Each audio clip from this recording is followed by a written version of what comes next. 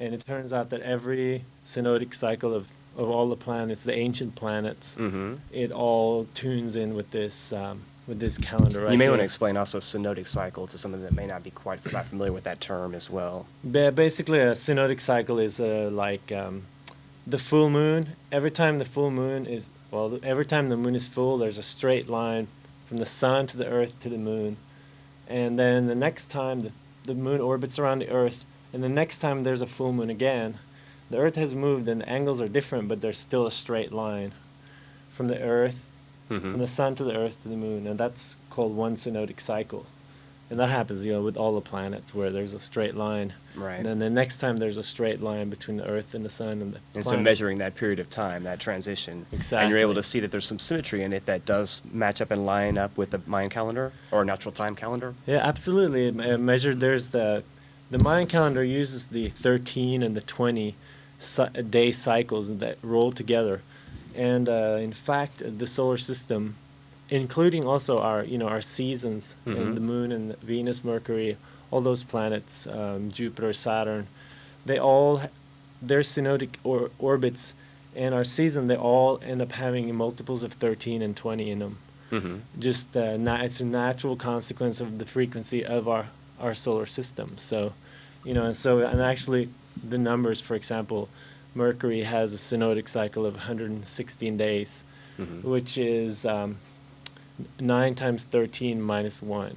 And that's just one example. There's a whole myriad. Right, so you don't find them being exact and dead on, but you find them being very close. It's very close. It's like you couldn't have really simplified it in a much better way, because if you were to actually describe things exactly precisely, there's not really any way that I could think of to do that except using something very complicated. Whereas this is very simple. Right, 13 and that's the key. 20, and that's And explain, if you don't mind, the idea of 13 and 20 based on our digits and our joints. And our absolutely. body. The Mayans' math was 20 based, and like our number systems is 10 based. So that's you would say it corresponds to the 10 digits.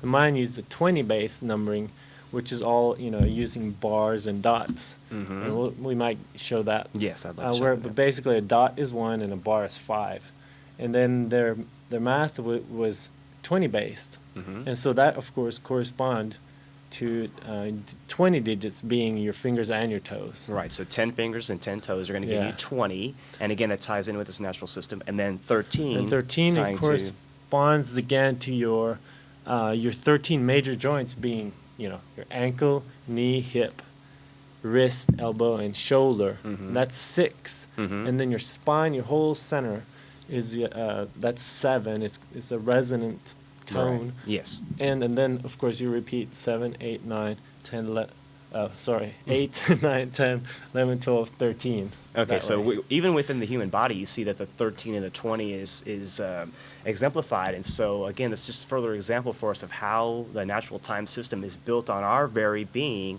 and how also, once we understand the naturalness of a time, using a natural time system, that we can get out of a lot of the artificial locked-in restraints that we have. And there are many examples of that I'd like to touch upon briefly as well, as far as artificial time. The artificial time system that we are familiar with is based on the Gregorian calendar, and you have odd numbers of months, whether that be 30, 31, 28, and then also you have, just like we have upcoming this weekend, you have the daylight savings time, so we're going to have to give up an hour, and then also every 4 years is a leap year, and so we're constantly changing the time from month to month, and so there is no real rhythm. Yeah, it's just herky-jerky. Like there's sit around 1 month, there's no like symmetry and rhythm, and so getting locked into this unnatural time system. And also, you brought up the interesting fact that the League of Nations, after the First World War, was actually going to take this individual's advice to adopt a 13-month calendar. Again, the Mayan calendar being a 13-month calendar, based of 13 months of 28 days. It's also considered a lunar calendar in that sense, because the lunar rotation is 28 days. And so that being the case, this individual wanted to implement another month to make 13 months and to call it Sol, Sol, yeah. and to put it in the middle of the summer. and so that we can get back to this Mr. symmetrical, Babbage. Mr. Mr. Babbage. Mr. Babbage, okay, and we have to commend him for that. But Yes. apparently, supposedly, the Catholic Church was one of the main Opponents, oppositions that yeah. didn't want this carried out. And again, it's just a further example of authoritarian organizations and bodies controlling and trying to keep us locked into a certain paradigm.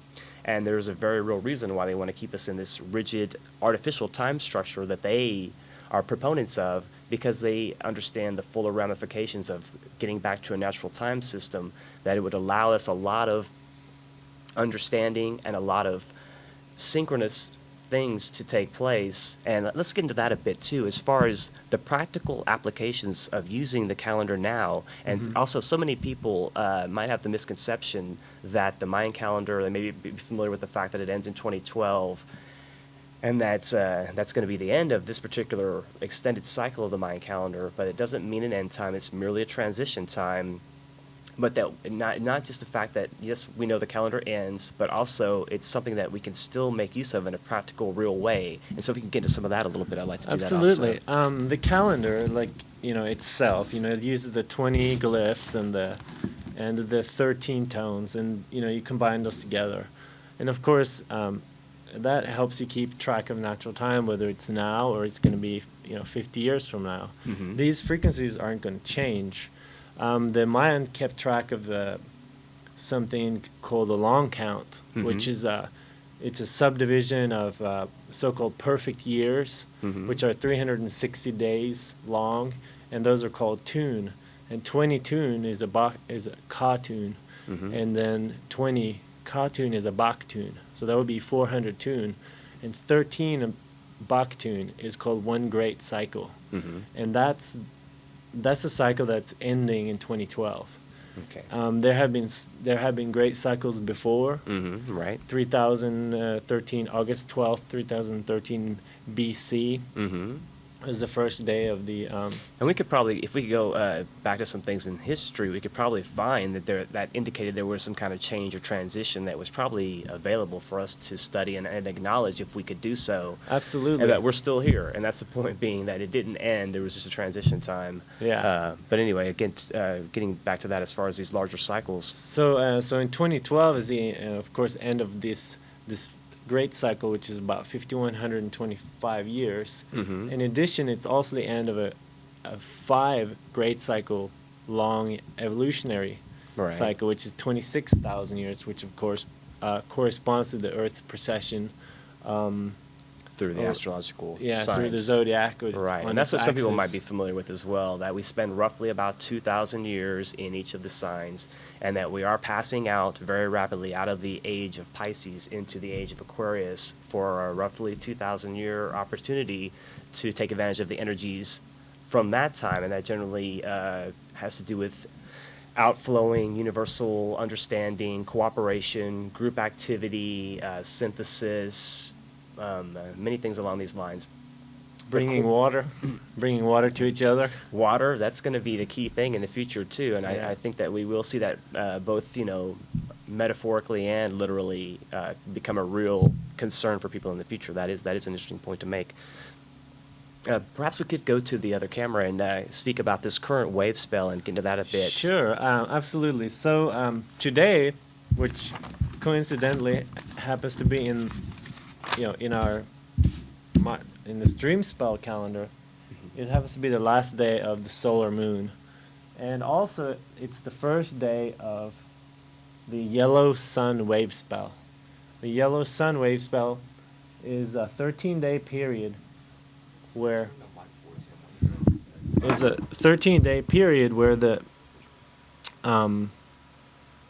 basically it's the evolution of the yellow sun now going through.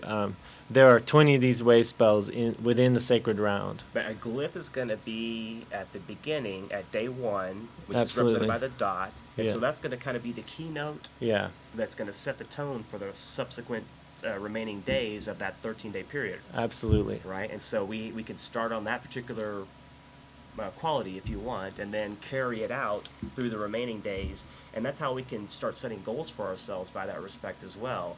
Working on the 13-day periods, and then after that, building from there as far as building upon these 13 day, and then once we take on that rhythm, then it becomes much more natural, and it becomes much more effortless to take advantage of this calendar.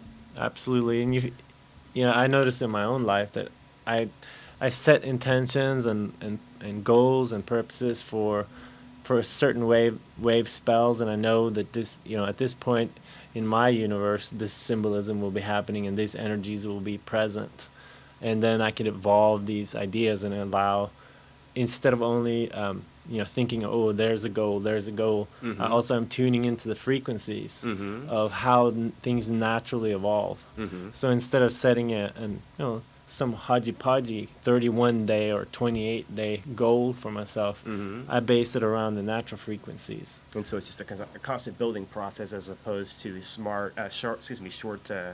short-term Yeah, approach. absolutely. Short term, and like a 13-day period is really fairly short, and it's one day less than 2 weeks, and it's a amount of time to really explore something and allow yourself to learn something new or whatever. And this wave spell, again, being that it's a yellow sun wave spell, it's about fire, universal fire, Right, enlightenment, and life. Use some of those qualities as well.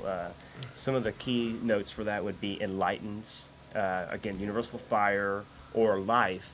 And again, these are some of the qualities that, if we think about the energy that animates the whole system, and that also is characterized by the quality of love and that exchange too that we have through that aspect, that again is universal.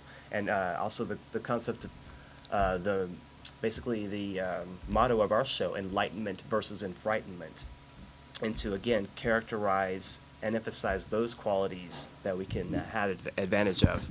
Mm-hmm. Absolutely. That's a great point you just made. Also, one thing too, this is day 28 of the last. This is the end of a month. This is the end of a 28-day month, and then I'll show that here. A 28-day month. Let's see. Where did that moon? There we go. Current moon. There's our current moon. Okay, so we're at the very bottom. Right here on the bottom corner. You see my finger right there. That's today. And it's the very last day of the solar moon, which is the current 28-day moon we're in. Mm-hmm. The solar moon just happens to coincide with the period when we're getting solarized. The sun's coming back out. It's warming things up. Right. And and then tomorrow, when we begin, we will begin the next moon again, which is the planetary moon, the planetary dog moon, as this program likes to call it. And the planetary moon is about manifestation, and so this is where things start to manifest. Whatever they are, they may not be a tangible thing, but ideas, feelings, or projects, things. I mean, it could be very literal, it could be very abstract. Mm-hmm. But this is another way to again tune you in, and the 28-day moons, which Mr. Babbage introduced to the League of Nations. Mm-hmm. It's just a very, very efficient way to track a year, because like you always know any day in the month by its number, you know what day it is, for example. Mm-hmm. It's very easy to you say, well, on the 7th is always Saturday, or the 14th, or the 21st, or the 28th. Right, and so that symmetry is there for us so that we can depend on. And I noticed since I've been since I have been using the Mayan calendar, I myself have kind of been losing somewhat track, although I've never really been too bound to time as far as using a wristwatch or even using an alarm to get up in the mornings. But I even have less of a grasp to a certain degree of, like the day that would normally be, as far as like jumping up in the morning. Is today Tuesday? Is it Wednesday? You kind of lose a little bit of track of the artificial time once you start to get more on the natural time cycle. Yeah. And I feel as though I'm sleeping better as well. Oh, that's wonderful, Corey. Yeah, so that's been somewhat helpful also. And just getting on this natural time cycle. Also, too, one of the things you mentioned was synchronicities coming into being as well. And I think coming from more of a scientific background to speak of synchronicities, because people, they want to assign randomness and chance and like a Darwinistic concept. You might think that science would have to relegate itself to those kind of concepts, but the concept of synchronicity can still be applicable. And so absolutely. Speak about that a bit, and frequencies and all that kind of stuff, and how that might tie in. For example, Einstein's, special relativity. Einstein showed us very clearly that there is a limit to space and time. He said, within these conditions, which they use the conditions of in a vacuum. Right. Light travels at the speed of light in a vacuum. No matter if you're coming at it, whatever angle you're coming at it, whatever velocity you're coming at it, the light always travels the same speed. From that, they learned time and space are indeed things that can be escaped. Not if you're in a body, though, because you can't travel faster than the speed of light. But we are assigned, like John Archibald Wheeler, a great physicist, showed that photons can communicate faster than the speed of light. So this idea that time is this way, it goes forward, it's of course something that's very useful because we do notice we get older, and at the same time, this idea that time goes both forward and backwards, and that there are resonant places in time that resonate with other places in time. It's something that, from a completely scientific point of view, reading these great physicists, it's something it's not even something to be scared of or question. Well, you of course question it and really think about it because it's kind of weird, but it's something that the experiments show us that this happens. Also, too, a thought is faster than any kind of, you can't really put time constrictions on thought. And again, thought transcends this physical limitation that we're part of. Yeah. And I want to mention that, too, as far as time, our conception of time is linear. It's past, present, future, in a straight line, having sequential order, and having to go through all that to get from point A to point B. You can't just jump from point A to point C without going through everything in the middle to get that way and traveling in that fashion. But in actuality, the way things really are, and I'd like to hold this up, I don't know how well this can be seen, but this is a large screw that I have, and the way the screw threads are, this is more of a demonstration of how actual real time is, the reflection of real time, and that we find ourselves repeating over and over again. So we can find ourselves at a point at the screw thread here and repeating higher up, and so-called on a higher turn of the spiral, finding that these cycles repeat, but just in a more refined way to allow us for further unfolding and further growth. And that is a real example of time, is how it would be understood, again, outside of our linear human condition. And so another thing, too, with we spoke a little bit about frequency and things like that, and periodicity. Yeah. As far as frequencies and as far as these things lining up, also the Mayans kept track of time very, very far back, probably further back than they actually were around themselves. Yeah. And that's kind of intriguing. But we do see that this body of knowledge does tend to find itself being passed from one age to from one age to the next. So I think it's very likely and highly probable, and that's something that I entertain, is that a previous society also had this access to natural time and just passed it along through, and this is back when the priest class and the scientific community, or the science of the tribe, culture, what have you, were one and the same. And I think that we're finding ourselves getting back to that in a large way through physics, as we described, quantum physics in particular, and some of the new thinking in relation to science that's expanding the boundaries of what we might have thought previously.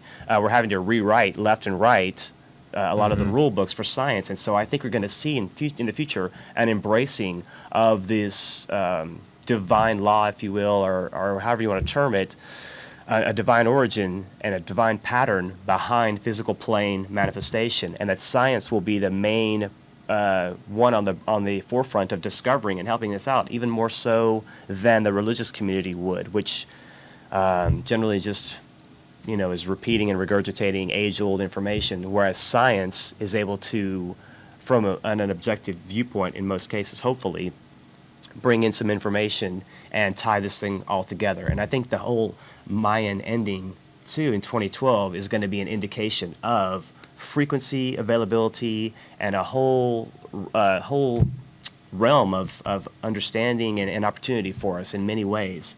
Is there something you care to add on that as far as science coming to a fuller understanding and appreciation of this? Yeah, I would just like to, from my perspective about the scientific method, it's really, you ask a question, and it can really be any question.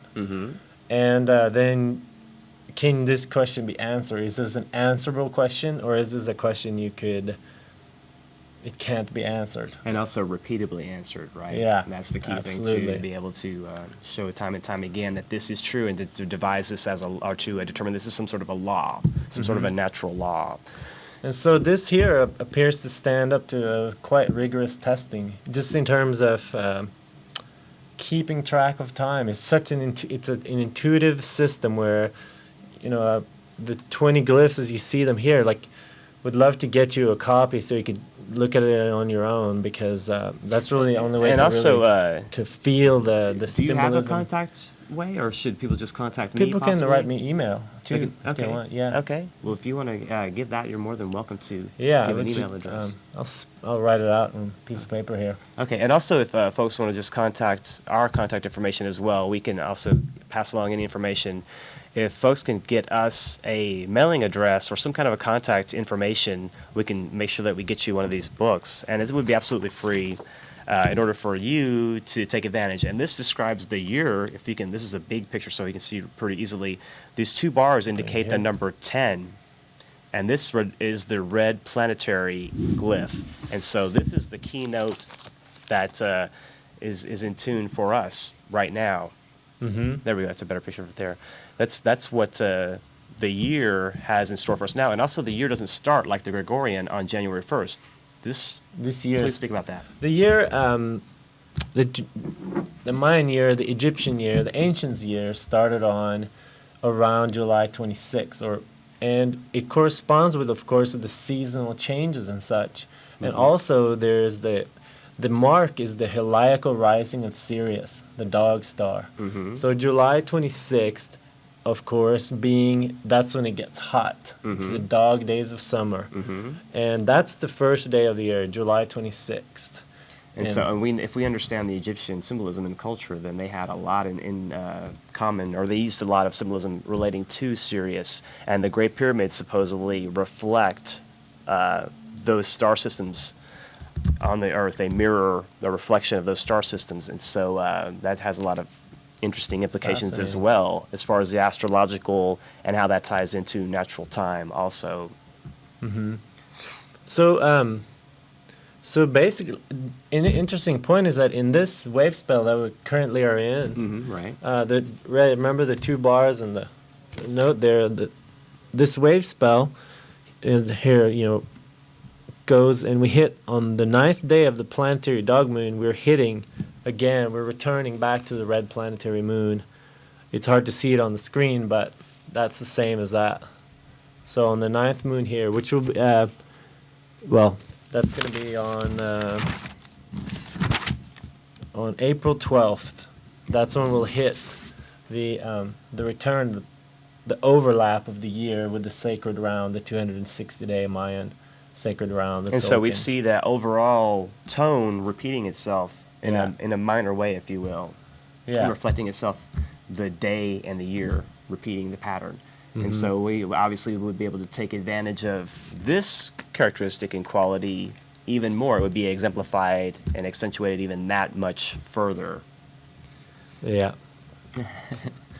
And you also would be, you see that within the Tzolk'in, can I use this? Yes, absolutely. Within the Tzolk'in, you see these, let's see. You see the little alien face there, Corey? Right, yes. It's not so clear on the TV. There you go. Changing it. There we go. That's you much see better. this, thank you very much, Chris.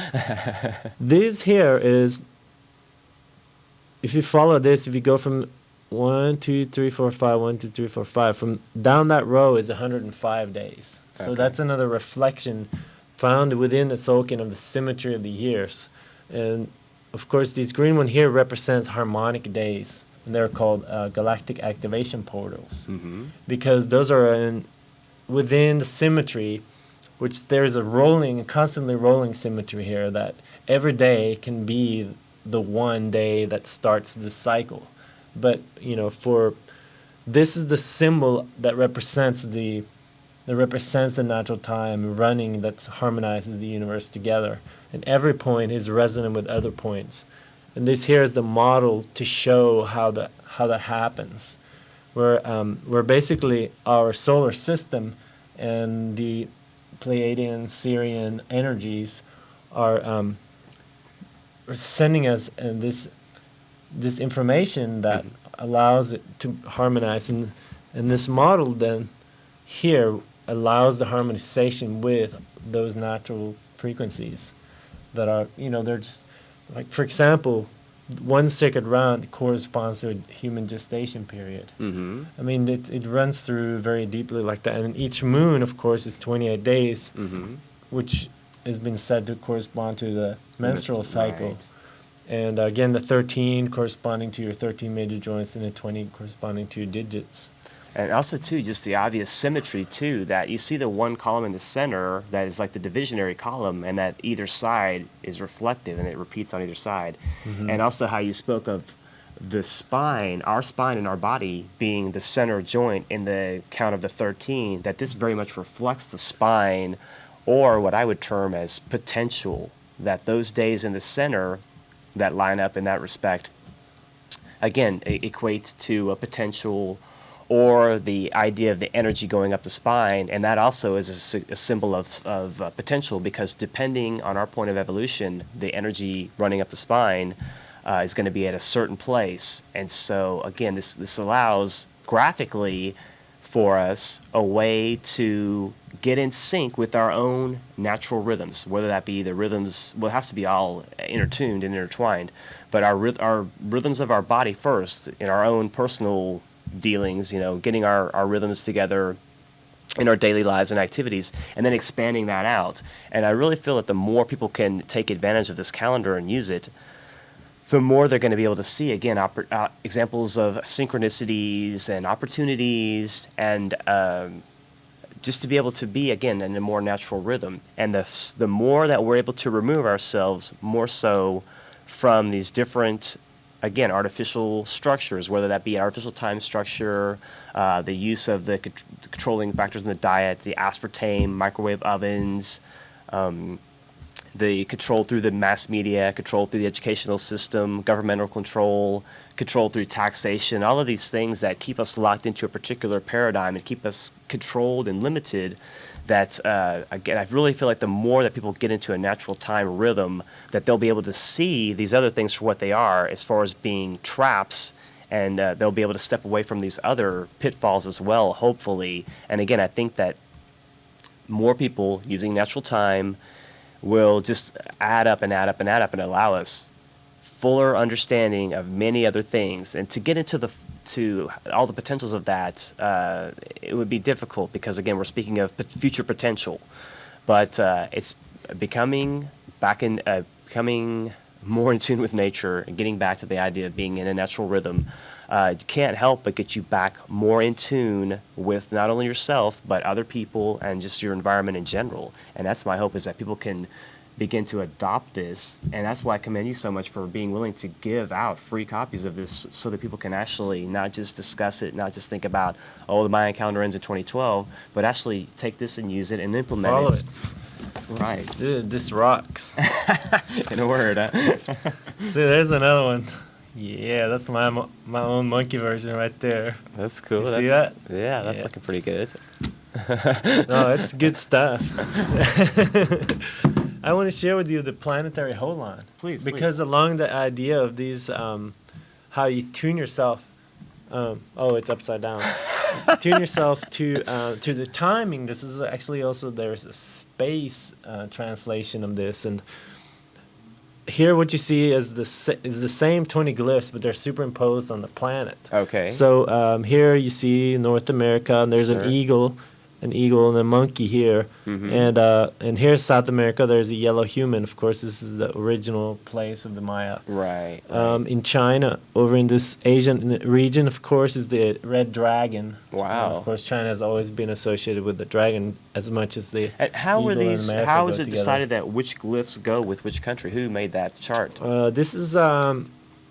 This is a part of the visionary work of Jose Arguelles. Okay. And his translations from the original Mayan, the tombs of Pacavutan that was opened in 1953, and the part of the Mayan prophecies for the end times and things like that, where Jose Arguelles, he really put a lot of things together because he had studied Mayan art and things like that, and so. Okay.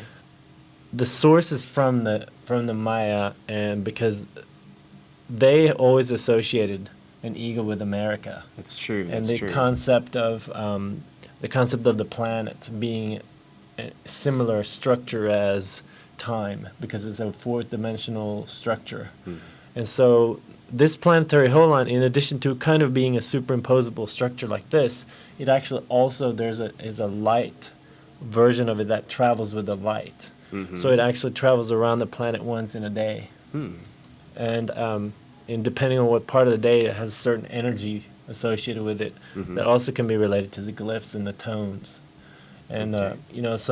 So you can take natural time even further. You can take it into space, where this is a planet Holan, Right. where a Holan is, like we are part of the Holan in the sense of we are taught that we're individuals, and we are individuals, and there's also energies that we share Right. and exchange, and becoming aware of those is when you become aware of the Holan, and then you become part of the Holan consciously. And so that reflects our interconnectivity, and that reflects the exchange of energy on a global scale. And I think Absolutely. that definitely ties in to the idea of sacred geometry and the different ideas of power points of various places on the globe, whether that be Giza or Stonehenge or Chichen Itza, all the many areas are on the globe that different points are going to reflect different frequencies. And this also ties into to how, again, the natural tuning of this calendar ties into natural frequencies that could equate to a location, a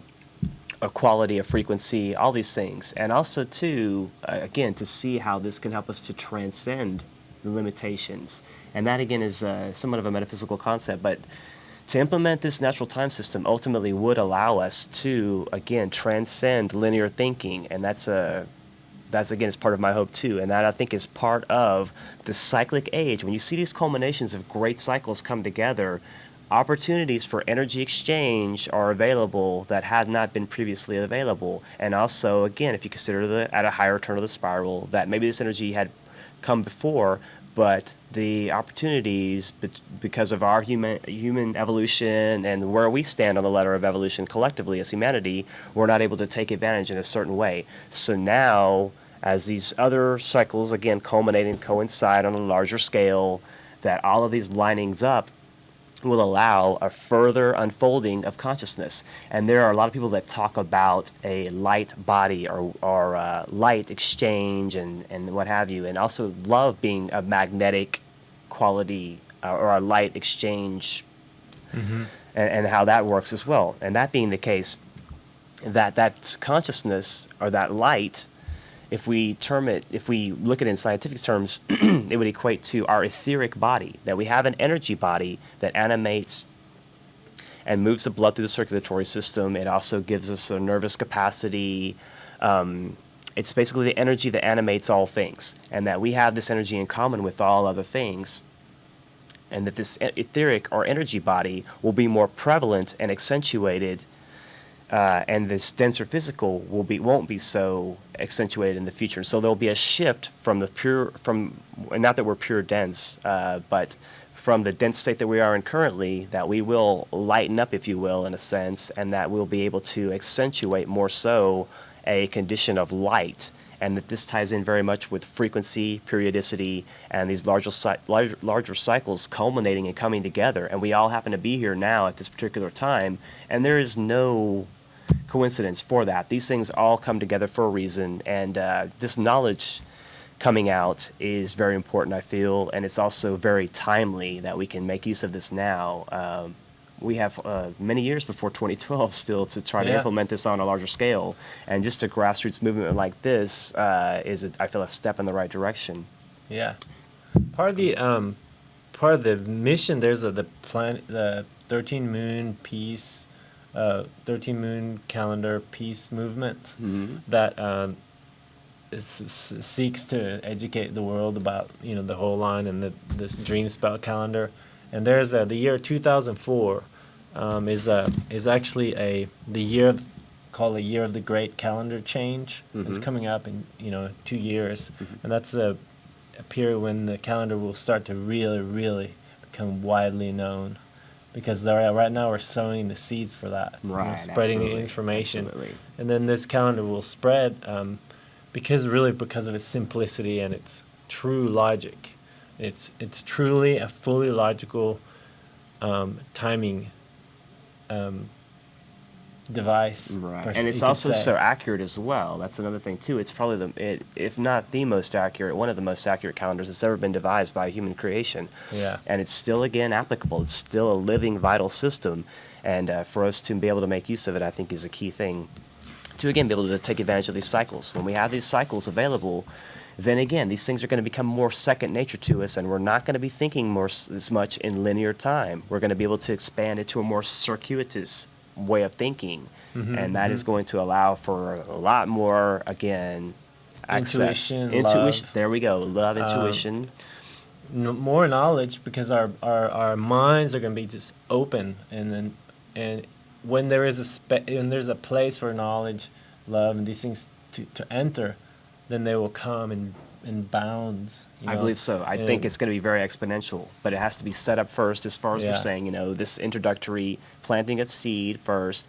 And I first became aware of the Mayan calendar maybe 10 years ago or something like that, and became familiar with some of the people that were doing work with it maybe around 96. And again, those are people too, like Arguelles and people along those lines that have been planting the seeds in various ways as well throughout time. And I again see that as a further culmination of this information getting out more so and more so for us. Yep. And I again, concur on that. Cool. And also to get back again to the idea that you are coming from a scientific background, embracing this information, even though it may seem somewhat metaphysical in nature, nonetheless. And we're going to go ahead and go to some charts that Jarle's put together that I think they're very neat. Well, actually, it's sort of when I was trying to understand how this worked, I was being kind of a curious bent. Right. I tried to put together, and this, of course, will look somewhat confusing, but here I want to emphasize this wheel up here. I call this a guide calculator. But if you see what it is, it's the 20 glyphs are arranged around here in a circle. And so you can see that the kind of the inner relationships. And it goes red, right. It starts here. So if you thought of it as a clock or something, you could actually have a clock that looked like this, and it would count your day. But this happens to be the 20-day cycle. And on this little ring in here is actually 13 tones, followed by a 0, which represents the seat of the next wave spell. So right now, for example, we just started the yellow sun wave spell, and you can see how it's on top. Right. And that's the culmination. So this is actually a significant wave spell we're coming into here, 13-day period. And again, the coincidence where, we're now hitting on the 10th day of this wave spell will again be here you can see the red planetary moon. Right. So again, the year characteristic is re-emphasized in this particular 13-day wave spell, if we want to take advantage of it. Yeah, and if you were to construct a kind of a multidimensional view of time, you can use these relationships, these harmonic relationships, and you see these lines here, and they represent an analog and an occult power for each day, and so each day resonates an analog and an occult power. Or an outer and an inner quality, perhaps. Would you want to term it that way, perhaps? You might use words like that. here the antipode as well is the the opposite challenge power. But the thing is that the occult and analogs, they run at different rates, and the occult runs backwards. The analog skips across in another dimension. So I mean, if you sat down and form these things into tubes and things like that, you would see, and you could form toroids to make them space and three-dimensional as opposed to, again, linear Being and flat. flat and going from this to this to this, but to see it all as one big system, again, three-dimensional. And that's the key to understanding, I think, this time system, is to not look at it, again, as going from 1 to 2 to 3 to 4. You have to get to step outside of that numbering and that linear thinking to see it, again, as a total system. Yes. And so, yeah, and then that's a very good point you had there. I could share it. So within the Tzolk'in as well, there are castles. Within a sacred round, there are actually 5 castles. Okay. And what the castles are, here's one castle. You see it, the green castle right there. It's 4 wave spells. And it looks just like the ancient symbol for the swastika, and I know there's no coincidence in that either. The ancient holy symbol of the swastika that represents the 4 cardinal directions. Yes, and the that's reflected in sun. there as well. And of course, Hitler perverted it and turned it into something quite different. Yes, exactly. But its original meaning is also there, of course. Sure. And He made unfortunately, it an anti-God by twisting the cross. yeah. And so, here you see the 5. This is 5 castles within the Tzolk'in, and the 4th wave spell is the 4 different colors represented. So it's a red wave spell, white wave spell, blue wave spell, yellow wave spell. When you go through those 4, and you form a castle, and that's one complete learning cycle. And there's 5 of those within one sacred round, and they also, of course, being esoteric science, they represent the 4 elements. Right. The 4 elements, and then the 5th castle being also called Merlin's castle, which starts on the red moon. The red magnetic moon is the ether, Right. that from which all comes, or the 5th dimension. Right, exactly. Which is like another way to view time being a multidimensional harmonic frequency, where we are. So in this way, we're also modeling time in that sense with the castles. And I think also frequency and density are all tied in as well. And so the etheric being the least dense of all, and also, from the origin point, and then conversely, the culmination point as well, that we find through these other patterns, these circuitous patterns that we go, from the inception point back to the inception point. We find our way all the way back. And that would be part of that too, coming full circle. Yeah, coming full circle with all the permutations, the 260 permutation, the solar and the galactic cycles coming together, the 13 galactic tone, coming from the galaxy. And that's a point I actually wanted to mention earlier, was about the galactic awareness. We started being, I guess you could call us geocentric. We thought the Earth was the center of the universe. Right, good point. The center of all. And now we know it's the sun. Well, we really know it's the galaxy. Well, the thing is, our current calendar systems really don't incorporate the galactic awareness. Good point. That this Mayan calendar brings, because the Mayan calendar brings all the cycles into perspective, whereas the Gregorian calendar really only takes into consideration the sun. And maybe the moon, if you want to kind of think about it like that, but it's still so hodgepodge. So it limits us to this locality, as opposed to expanding our awareness of the whole greater system working together, and the whole cosmic, the harmony of the spheres. The harmonic unity of the entire huge structure, from that from your body cohesiveness and that working together. Yeah, the cohesiveness, the whole harmonic structure going from your body all the way to the galactic core, the galaxy, the giver of form, the giver of measure. And the Mayans had a very keen awareness of the galaxy, the galactic center. They knew that was the largest, most complex structure that we are part of.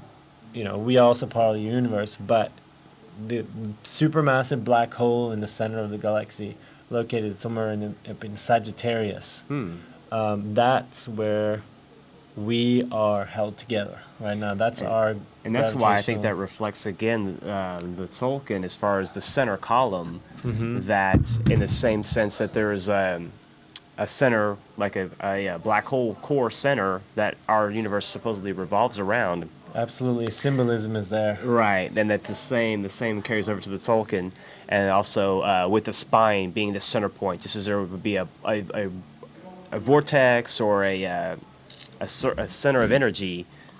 Like the screw example, yes, there would be a center of energy, just like our spine, is a center of energy as well. That very much ties over, and we see the analogy.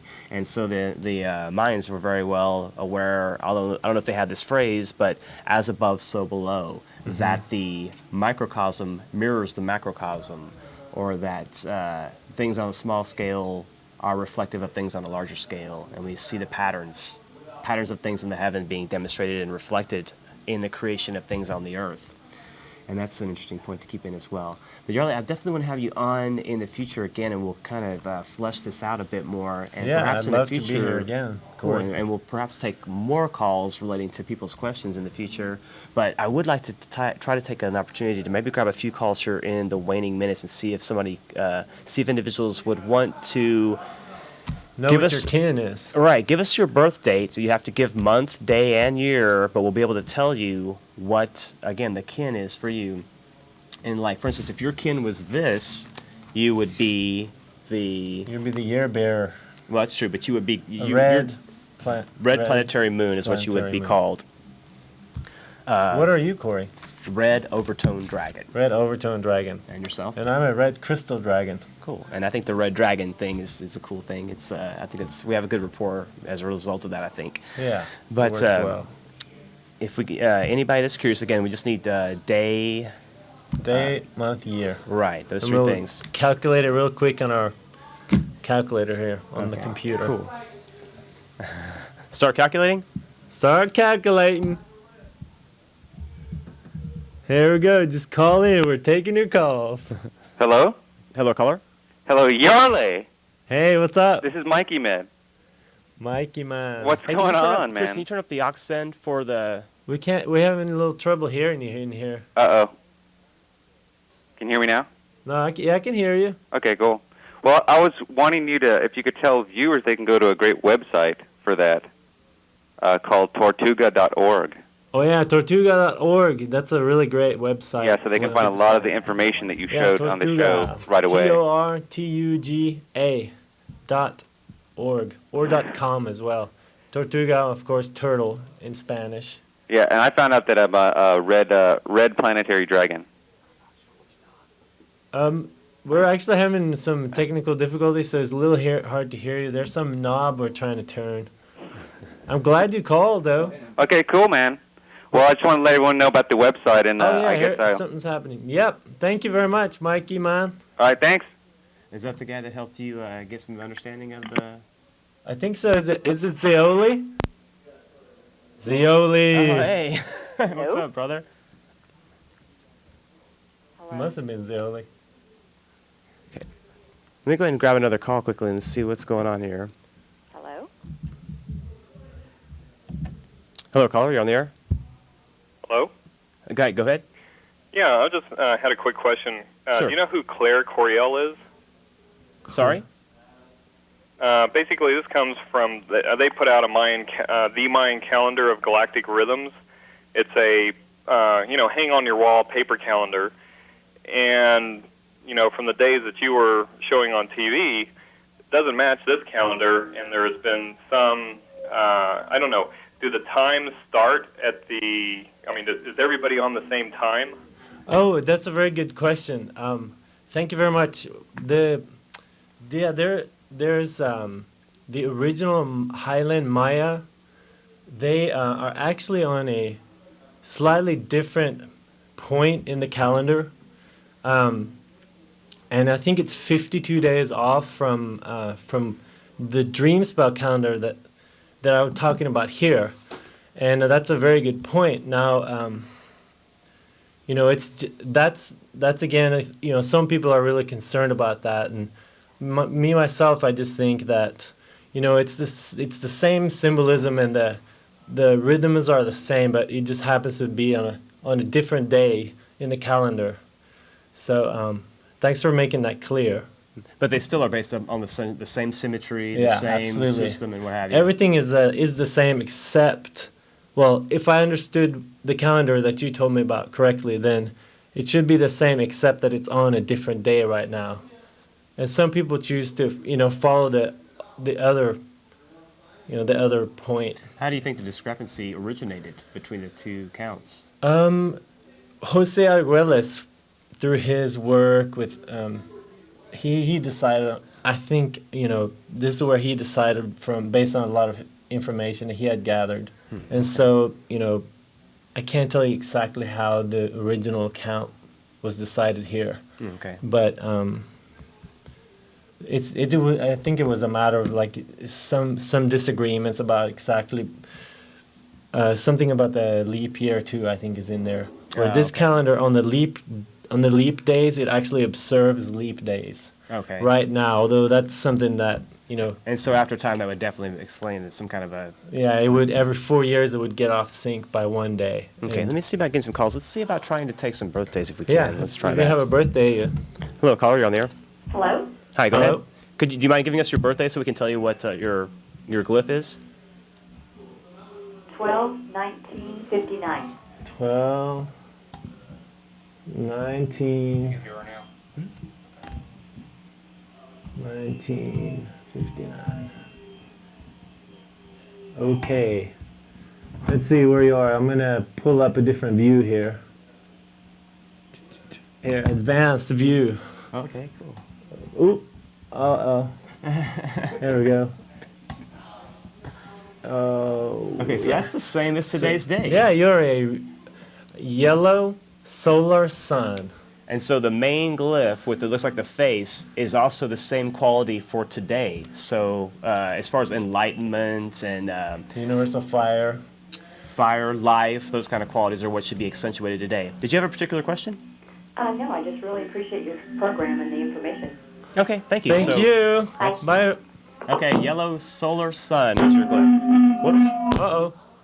Uh-oh, help. Hello? Hi, go ahead. Hello. Go ahead. Hi. Hi. How are you? Oh, gosh, I have you on my TV. Yay. Hi. I guess I'll just give you my birthday since, Please, go ahead. I can't ask any intelligent questions about it. So, yeah, January 14, 1968. So January, that would be 1/14, Uh-huh. 1968. Uh-huh. Okay. Oh, you're a white self-existing world bridger. Wow, that sounds neat. I define in order to equalize, measuring opportunity. I seal the store of death with the self-existing tone of form. So that has to do with, you could say, measuring, understanding your parameters. Bridging worlds is a very important. And transition. Yeah. Like death, for instance, is one of the characteristics, but death is not necessarily death, an end, it's a transition. Yeah, And so the idea of changing. transition, or perhaps transitioning past a particular paradigm, or if you're locked into a particular structure or way of thinking, that you could bridge or transcend that. That might be part of your quality for this lifetime. For this life. And can I just say that I emailed you today, Corey? Yes? And I just wonder, do you email people back if they email you? I try. I'm really somewhat bad about it. It may take me a little while, but yes, I will definitely make an effort. And I will check it. I'll probably have an opportunity to check it the next couple of days, and I'll try to get back as soon as possible. Okay. Thank you. Thank you for calling. Have a nice night. Okay. You were born on Take a care. full moon too. Okay, Or- thanks. Wow, cool. Bye. Interesting. Bye-bye. Bye. Take care. Let's grab another call. Go ahead, caller. You're on the air. Hello? Yes, Hello? go ahead. Hi. I just wanted to inform you guys that right now on C-SPAN, Yes? they're voting for a $77.9 billion to give to Bush for the actual war and for supplying the government, all the government states to give us new, I guess, like have more guards on the streets. Right. Really? More That's very policemen scary. everywhere. They want it to be more of a cop state. Oh, really? Well, they definitely do. Thank you for your call. I appreciate that. Well, I just wanted to let you know they No. passed. So they passed already. So what I would add to that is that fear is something that we're all familiar with, and Right. of course you choose also your fears, and you can choose to think like, for example, we were talking about this death idea, and if you're afraid of the time when you die, then there will be a lot of fear, but we're all going to go at some point. All right, and we may come back again, according to some beliefs. Like I choose to believe in reincarnation, so I think we have an opportunity for growth many, many times, and that this is not a one-shot deal. But as far as the funds, I had a feeling they were going to allocate them. It would be unpatriotic, according to the popular belief right now, for them not to vote on it in our legislature. They're looked at, as terrorists if they don't vote for that kind of stuff. So everybody's kind of peer pressured, and hey, you're gonna vote. They kind of have to. They don't have much of a choice.